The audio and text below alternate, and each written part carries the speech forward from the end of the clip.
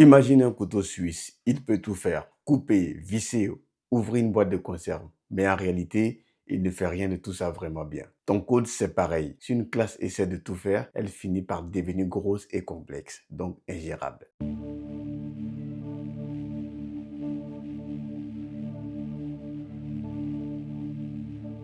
Bonjour et bienvenue dans cette deuxième vidéo de notre série sur les principes solides. Si tu me découvres pour la première fois, eh bien, je m'appelle Ladji Cissé, je suis Tech Lead et sur ma chaîne, je parle d'architecture d'application, de bonnes pratiques de développement, de DevOps et de tech en général.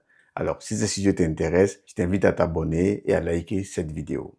Aujourd'hui, on commence avec la lettre S, le Single Responsibility Principle. Un nom barbare, je l'avoue, mais un principe simple, vous le verrez par la suite. Par Single Responsibility Principle, il faut entendre qu'une classe doit être égale à une seule responsabilité, qui est égale encore à une seule raison de changer. C'est comme quand tu vas dans un restaurant. Le serveur prend la commande, le chef cuisine, le plongeur nettoie. Et c'est comme ça que tout tourne bien. Si la même personne devait tout faire, alors tu n'auras jamais ton plat chaud à temps. Eh bien, le principe des responsabilités uniques incite le développeur à écrire du code qui doit avoir une et une seule raison pour changer. Si une classe a plus d'une raison pour changer, alors elle a plus de responsabilités. Dans ce cas, il faut donc la subdiviser en de petites classes qui vont avoir, elles chacune, une responsabilité, donc une raison de changer. Prenons l'exemple d'un module de paiement d'un site e-commerce. Après avoir redirigé les clients sur la plateforme de paiement, il se trouve que pour diverses raisons, le retour sur le site du marchand ne se fait pas correctement. Dans ce cas,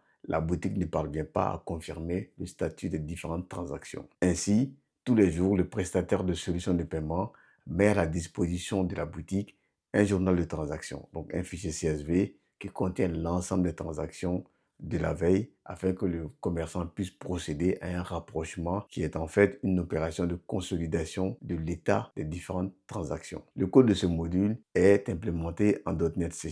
Comme on peut le voir, tout est fait de façon impérative dans la même fonction qui a donc plusieurs responsabilités. D'abord, on charge les lignes de transactions depuis un fichier. Ensuite, on valide les différentes lignes en contrôlant différents champs avec des règles de validation. Ensuite, on transforme les lignes obtenues en des objets de type transaction. Et enfin, on persiste ces transactions en base de données. Le but maintenant pour nous est de refactorer tout ça de sorte que cette classe ou cette fonction puisse respecter le principe SRP, donc le Single Responsibility Principle. À la fin de cette vidéo, tu seras capable de comprendre l'importance de ce principe, d'identifier les classes qui ont plusieurs responsabilités, d'écrire des modules des classes ou des méthodes qui ont une seule responsabilité. Donc de refactorer une classe monolithique en de petites classes avec une seule responsabilité chacune. Et enfin d'utiliser les design patterns pour justement faire cette séparation des responsabilités. Allez, c'est parti. Nous voici à présent dans notre application de test. Donc ici, le fichier CSV est retourné par le prestataire de solutions de paiement. Donc il s'agit pour nous d'importer ce fichier dans notre base de données. C'est ce qu'on va faire tout de suite. Mais avant, on contrôle rapidement le contenu de la base de données. Donc la transaction select. Donc là, j'exécute dans la transaction. Donc aujourd'hui, j'ai un cancel ici. Donc on va changer le contenu. On va le mettre à OK. OK. Non. Donc ça sera OK ici. Et le statut, c'est completed. Voilà. Donc c'est ce qu'on va exécuter. Donc on l'exécute tout de suite.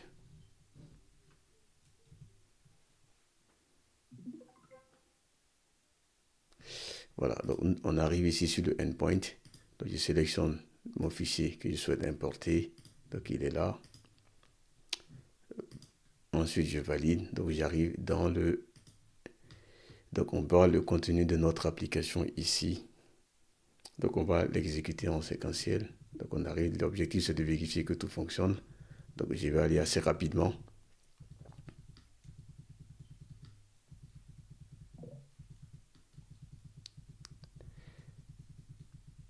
Voilà, donc là j'exécute et ensuite c'est bon, je sors.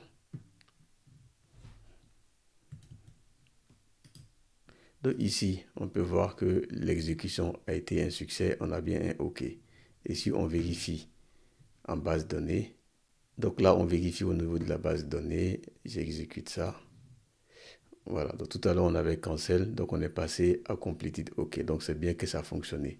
Donc on a un code qui fonctionne. Donc nous, le but maintenant et de refactorer tout ça pour être conforme avec le SRP. Donc on revient dans la solution. Donc c'est le contrôleur qui est là. Donc j'ai réduit ça. Donc ce qu'on va faire, c'est de refactorer cette classe et être conforme aux recommandations du SRP. Donc pour ce faire, on va s'aider de l'intelligence artificielle. Donc moi, j'ai Copilot d'installer et qui fait tourner ChatGPT. Donc on va lui demander qu'est-ce qu'il pense de cette fonction et comment est-ce qu'il respecte ou pas les principes solides, notamment le SRP. Donc j'ouvre le chat ici. Donc je suis déjà dans le contexte de ma classe. Donc c'est sur cette méthode que je vais demander. Donc je demande à Copilot ici. ISO méthode.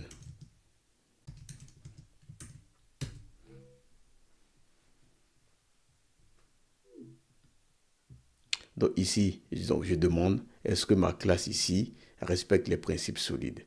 Donc là, il regarde, il me dit que finalement, dans cette classe, cette méthode, elle fait 5 choses à la fois.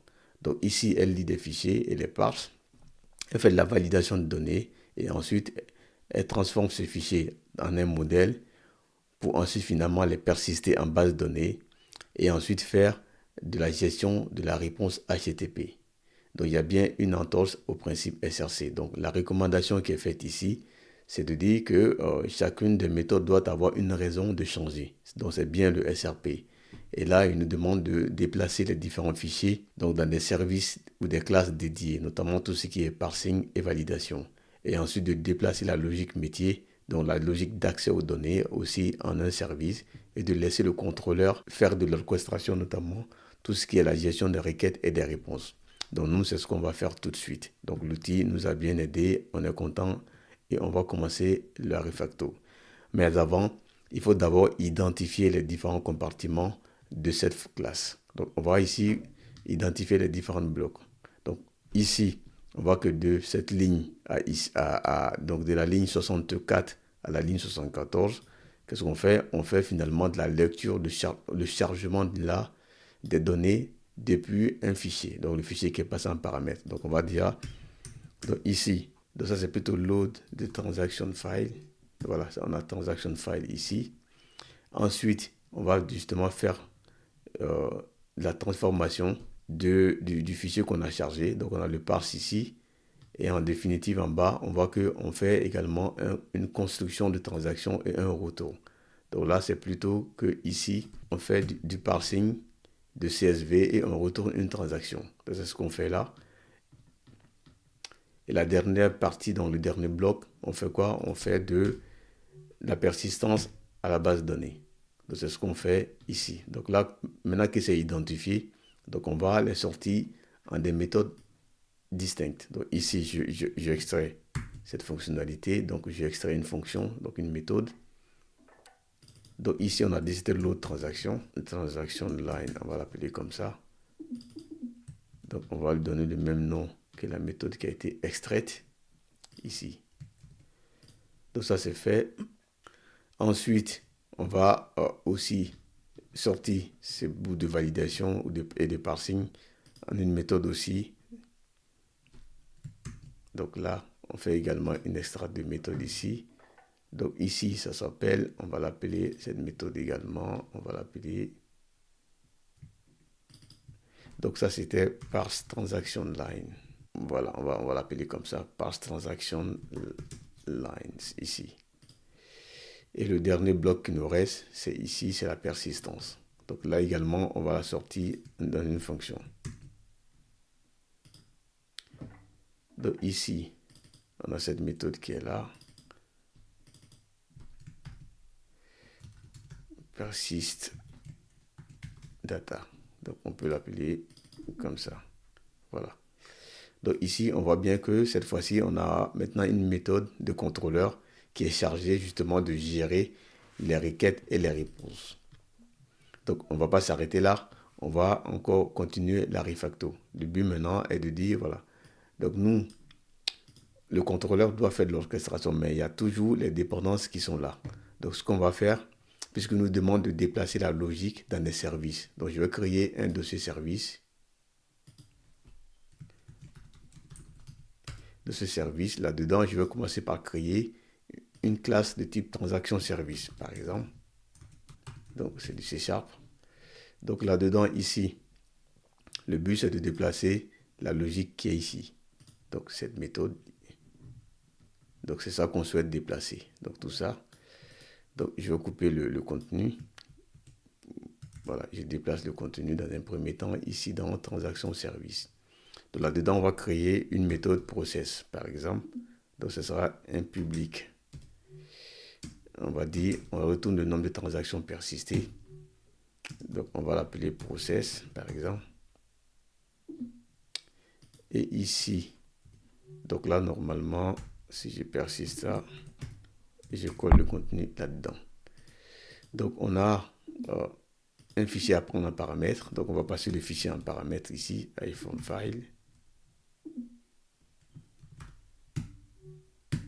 Voilà, donc le fichier est passé en paramètre. Voilà, c'est plutôt comme ça. Voilà, on a le fichier. Donc, on va aussi ramener les 3 méthodes qui sont restées de l'autre côté, ici. Donc, on a de là jusqu'à ici. Donc, là, j'enlève cette méthode également ici. Donc, là, on va prendre transaction service. On va les coller ici. Donc, de façon à ce que ça puisse compter. Donc, là, on va faire les bons using. Donc, ici également. Donc, ici, ce qu'on a fait, c'est que finalement, le persist data, c'est une méthode qui retourne un int. Donc, on va changer. Bon, ça, il y a une méthode async ici. Donc, lui, on va le transformer en une méthode async également. Donc, par convention, dans les méthodes async, on va les terminer par le mot-clé async. C'est par convention. Donc là, on a le process persist data ici, qui est une méthode privée qui est là. Donc lui, également, vu que c'est un async ici, donc je vais lui mettre async dessus. Et là, l'objectif, c'est de faire quelque chose comme ça, puisque c'est ce qu'on cherche de retourner. Et lui, il doit retourner un int, donc le nombre de transactions. Donc ici, je fais le bon using qui va bien. Donc ici, ce n'est plus qu'il il retourne maintenant le nombre de transactions directement. Comme ça. Et ici, donc pour l'instant, on va faire donc un await des task from result.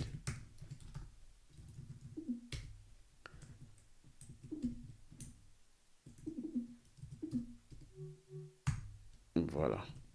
Donc là, normalement, on a un, donc là, ici, ça persist data async ici. Donc on a un code qui fonctionne là. Donc ce qu'on fait, c'est qu'on vient remettre à jour le contrôleur ici. Donc il va créer une instance de transaction. Et les transactions vers le process file. Donc on est bon ici. Donc nous, on va le mettre dans une variable, un result, qui est là. Donc ici, c'est une méthode async.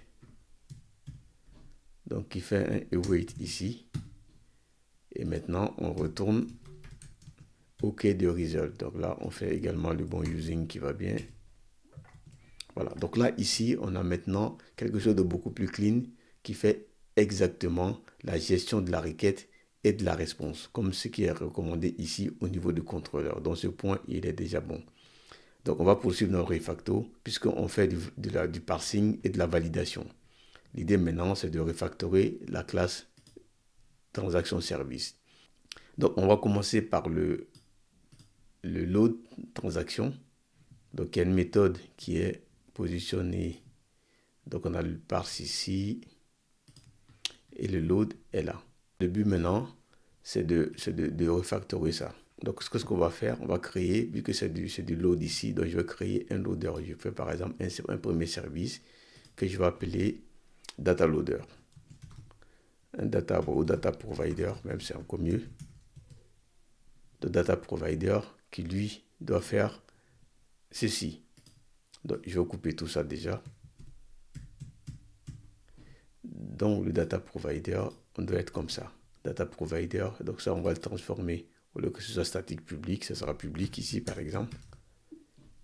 Dans le data provider ici. Donc là, on nous suggère de rajouter une interface par-dessus. Donc, je vais créer une interface eData Provider. Voilà qui est là. Une interface, donc ce sera public.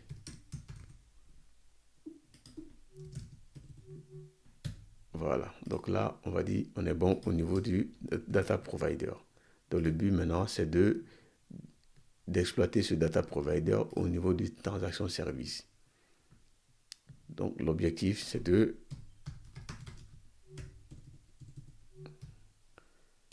data provider. Donc on va l'instancier dans un constructeur.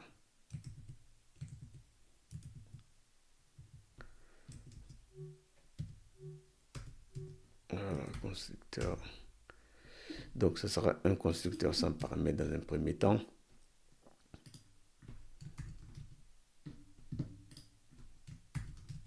Le data provider, on l'instancie.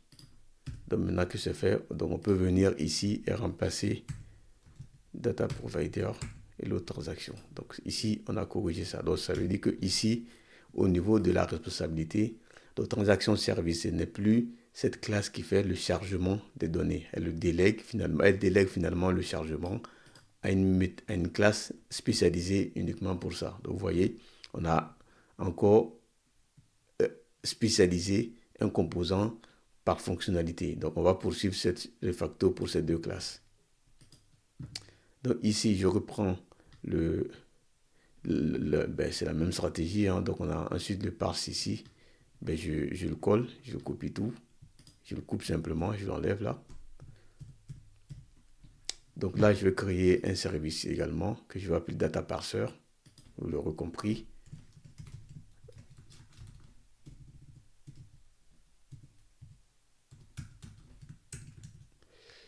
Data parser ici.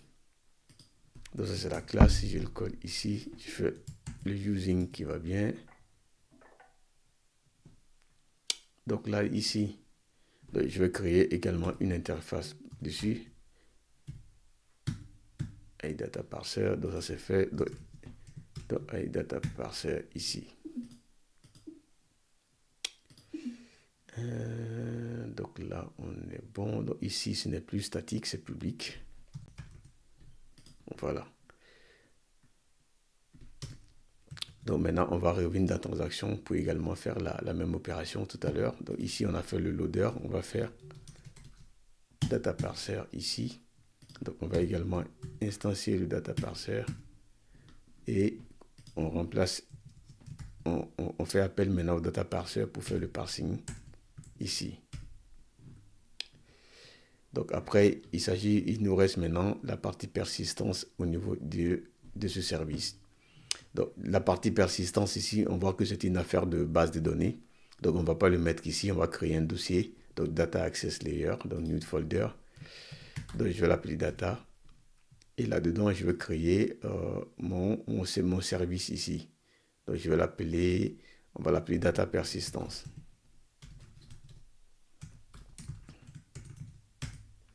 Data Persistance. Et lui, là-dedans, on va toujours pareil. Donc, on vient, on recolle tout, on copie tout ça. Data persistance. Donc, j'enlève tout ça ici. Et je reviens dans le data persistance ici. Donc, je le colle là. Donc, ici, je fais le bon using. Pareil. Ici également, le using qui va bien. Donc là, je vais créer une interface par-dessus. Voilà. Et donc, data persistance. Donc ça devient public. Voilà. Donc, on revient ici. On fait la même opération de transformation. Donc là, pareil. Donc, j'instancie le data parser. Donc ici, j'importe, je fais le bon using et j'instancie data persistance égale data. Et ici, je peux maintenant déléguer cet appel en faisant appel au data persistance. Voilà.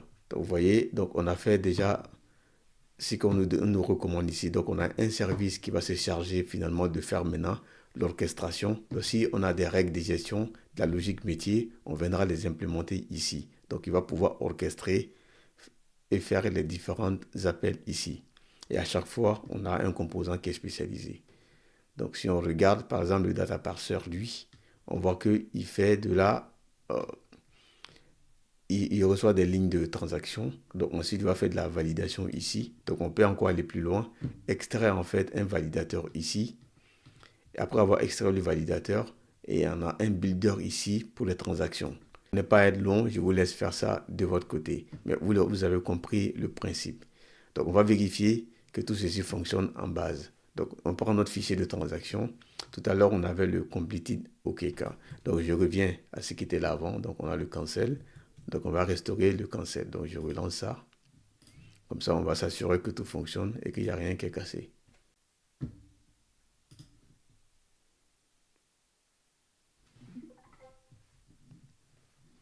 Voilà, donc ici, on recharge notre fichier.